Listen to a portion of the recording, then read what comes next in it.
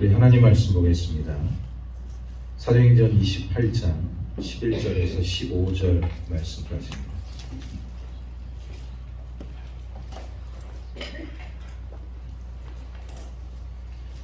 신약성경 237쪽에 있습니다. 사도행전 28장 11절에서 15절 말씀.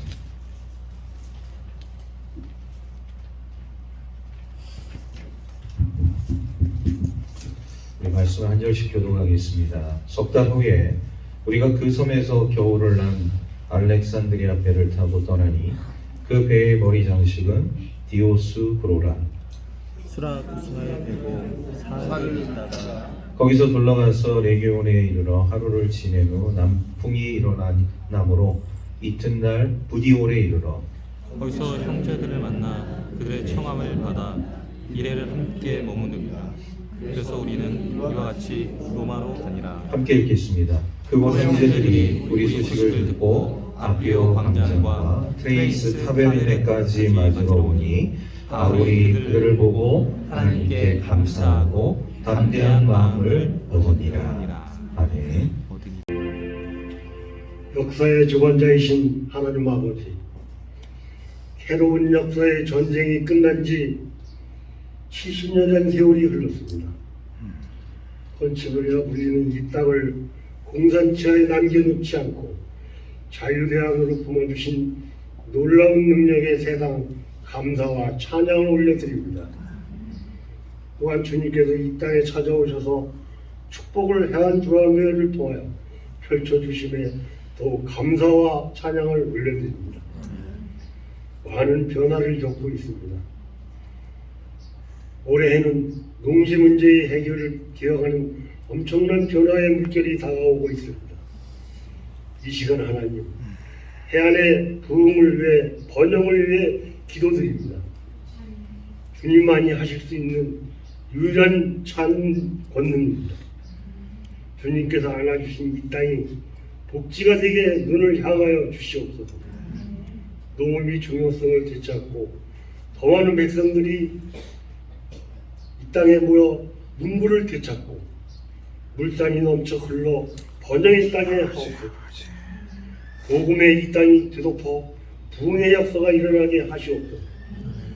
잘못된 것은 고쳐주시고 바로잡아서 공의와 정의의 하나님 백성이 감사와 찬양으로 노래하는 펀치볼이 되게 하옵소서.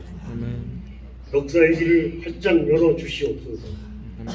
오늘도 살아가야 할 길을 하나님 말씀을 목사님을 통해 내려주시옵소서.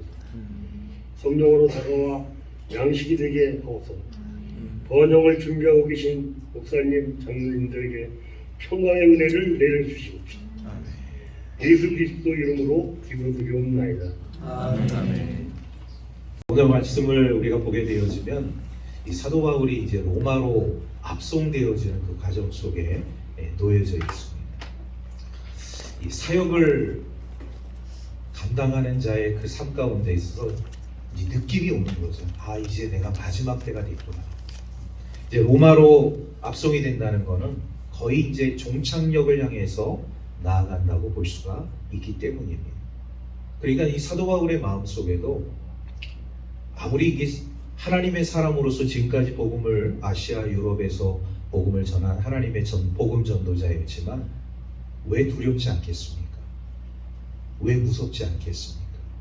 그리고 이제 자기의 마지막이 다가온다는 것을 직감을 한 그 순간부터는 엄청난 두려움이 찾아오게 되는 것이죠. 오늘 말씀 가운데도 사도 바울이 그런 이제 마음을 그대로 피력하고 있는 구절이 있어요. 우리 한번 그 구절 말씀을 먼저 함께 다 같이 읽도록 하겠습니다. 우리 마지막 구절이에요. 15절 말씀.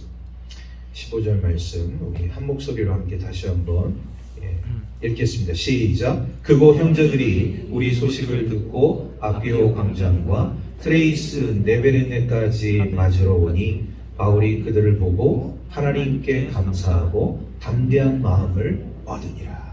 하나님께 감사하고 담대한 마음을 얻으니라. 여기서 중요한 건 담대한 마음을 얻었다는 거예요. 지금까지는 두려웠는데, 지금까지는 떨렸는데, 지금까지는 걱정 아닌 걱정을 하고 있었는데 이 형제들을 보고 하나님께 감사하고 담대한 마음을 얻었다. 용기를 얻었다. 그래서 오늘 제가 말씀의 제목을 이렇게 정해봤습니다. 우리 한번 다 같이 읽어보도록 하겠습니다. 우리 주보에 나와 있는 찬양 예배 제목 시작. 위로와 소망이 되는 존재. 우리 모든 그리스도인들이 위로와 소망이 되는 존재가 되어져야 할 줄로 믿습니다. 우리 옆 사람에게 그렇게 이야기하겠습니다. 나는 당신을 위로합니다. 시작. 또 이렇게 이야기하겠습니다. 당신은 나의 소망이 됩니다. 당신은 나의 소망이 됩니다. 할렐루야.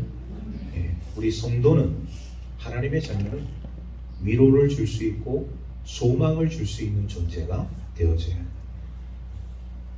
어떤 사람은 기쁜데 어떤 사람은 슬퍼요. 어떤 사람은 잘 나가는데 어떤 사람은 못 나가요. 어떤 사람은 높은 지혜인데 어떤 사람은 낮은 지혜에 있어요. 그랬을 때 우리는 역지사지의 마음을 가지고 서로 상대방을 향한 아름다운 마음, 이런 위로와 소망이 되는 삶이 우리 그리스도인들에게는 굉장히 필요하다. 어떤 사람은 아픈데 어떤 사람은 건강해요. 아픈 사람이 건강한 사람을 보면 얼마나 부럽겠습니까? 건강한 사람이 아픈 사람을 봤을 때 얼마나 측은한 마음이 들겠습니까? 이게 서로가 서로를 위하고 아끼는 마음들이 있게 되어지면 건강한 사람도 아픈 사람도 많은 것을 가진 사람도 많은 것을 가지지 못한 사람도 서로 위로와 소망을 함께 공유하게 되어진다는 것이죠. 오늘 이 사도 바울이 로마로 압송되어지면서 야 이제 죽음이 나에게 찾아오는구나. 이제 머지않아 나는 로마로 가서 처형을 받게 됩니다. 이게 얼마나 마음이 불편하겠어요. 그 순간에는요 아무것도 생각이 나지 않을 거예요. 지금까지 주마등처럼 하나님의 복음을 전하면서 수많은 위기 앞에서 또 죽음의 현장 가운데서 사도 바울인 사람이 놓여져 있을 때 그런 생각들이 아마 주마등처럼 쫙 지나가지 않았을까. 그런데 그런 아쉬움과 좀 뭐라 그럴까요? 두려움이 교차되는 그 상황 속에서 다 이 로마에 이제 압송되어지는 그 과정 속에서 전혀 생각하지 못했던 우리 주의 형제들이 마중을 나오게. 마중. 아무도 생각하지 못했어요. 사도 바울은 누가 과연 나를 마중에 나올 수 있을까? 누가 나를 과연 이 마지막 순간을 지켜볼 수 있는 우리 형제들이 있어. 그런 생각을 전혀 못했는데 오늘 이 말씀을 보면 이 아비오 광장에 주의 형제들이 이 사도 바울을 마중하기 위해서 나온 거예요. 그러니까 그 사람들도 어떻게 보면 목숨 걸고 나온 거예요. 왜 목숨 걸고 나왔느냐? 지금 사도 바울이 왜 잡혔습니까? 하나님의 복음을 전하다가 잡힌 거거든요. 이 로마 정부에서 도저히 이 사람은 살려두면은 사람들을 선동하고 사람들에게 악 영향을 미칠 수 있는 그런 주요 인물이기 때문에 이 사람을 어떻게 처리하지 않고서는 도저히 안 되는 그런 상황 속에 놓여져 있었기 때문에 이제 사도 바울을 로마에서 이 마지막 순간을 보내게 하려고 한 그런 상황 속에 놓여져 있었는데 그 상황 속에 주의 형제들이 사도 바울을 마중 나와. 그랬을 때 이 사도 바울이 그 형제들의 모습을 보고 하나님께 감사하고 위로를 얻게 되어져. 용기를 얻게 되어져. 아, 나는 혼자가 아니야. 우리 다시 옆 사람에게 그렇게 이야기하겠습니다. 당신은 혼자가 아닙니다. 당신은 혼자가 아닙니다. 할렐루야. 여러분 절대로 우리 믿음의 성도들은 혼자라고 생각하지 마세요.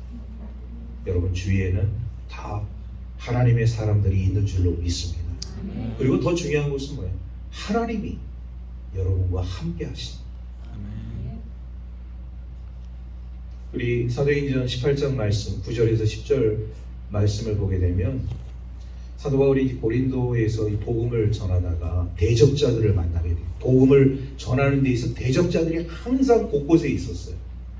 그러니까 이 대적자들이 노리는 건 뭐냐? 사도 바울이 복음을 전하면 내가 당장 저 사람을 죽이겠다는 거예요.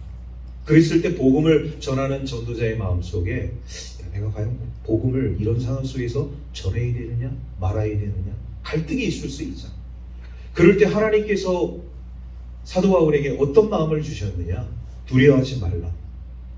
침묵하지 말고 말하라. 내가 너와 함께 하느니라.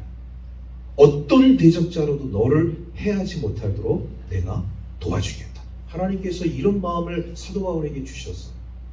그러니까 대적자들이 지금 눈을 부릅뜨고 지켜보는 그 상황 속에서 사도 바울은요, 하나님께서 말씀하신 대로 두려워하지 않고 침묵하지 않고 복음을 전합니다. 놀라운 역사가 일어나게 되는 것이죠.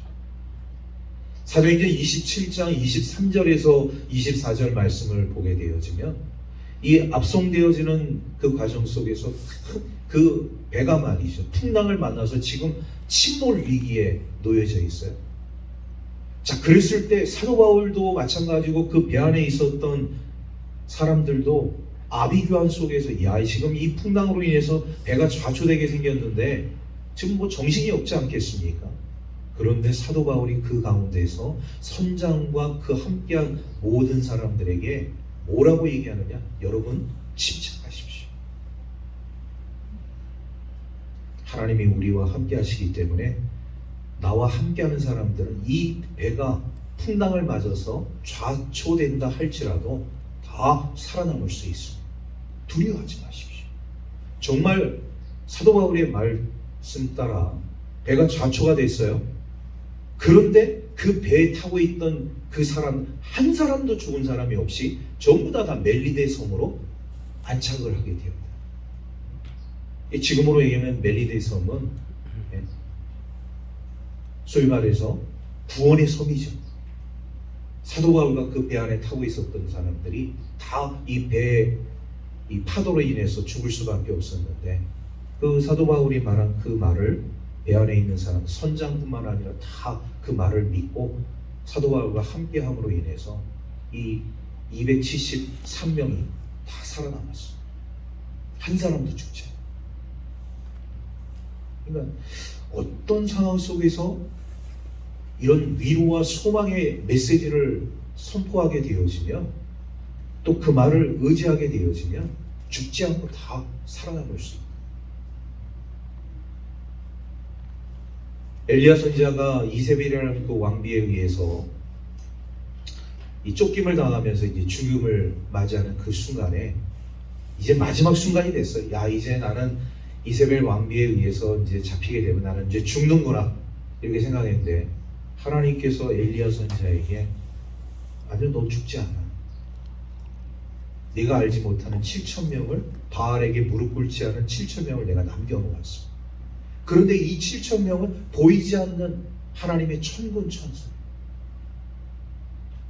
그 7,000명이 엘리야를 보호해 준다. 하나님의 사람을 보호해 준다. 그렇기 때문에 우리 믿음의 성도들 한 사람 한 사람에게는요, 특히 이런 우상과 죄악에 무릎 꿇지 않은 우리 영적 하나님의 사람들은 엘리야 선지자에게 말씀하신 그 천군 천사 7,000명이 여러분 한 사람 한 사람을 다 지켜 보호하고 있는 줄로 믿습니다. 그러니까 절대로 두려워하지 마세요. 어떤 상황에서 두려워하지 마시고 오히려 위로와 소망이 되어주는 저와 여러분들의 삶이 되기를 주의 이름으로 축원합니다. 하나님 감사합니다.